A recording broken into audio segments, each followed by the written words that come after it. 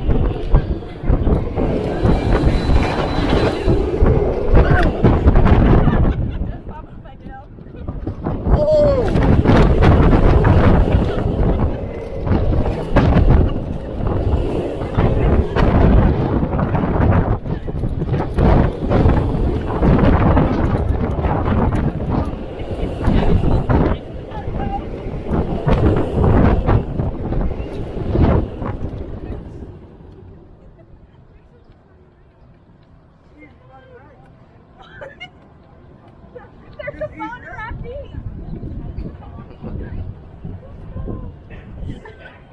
Against the sea and against the headrest.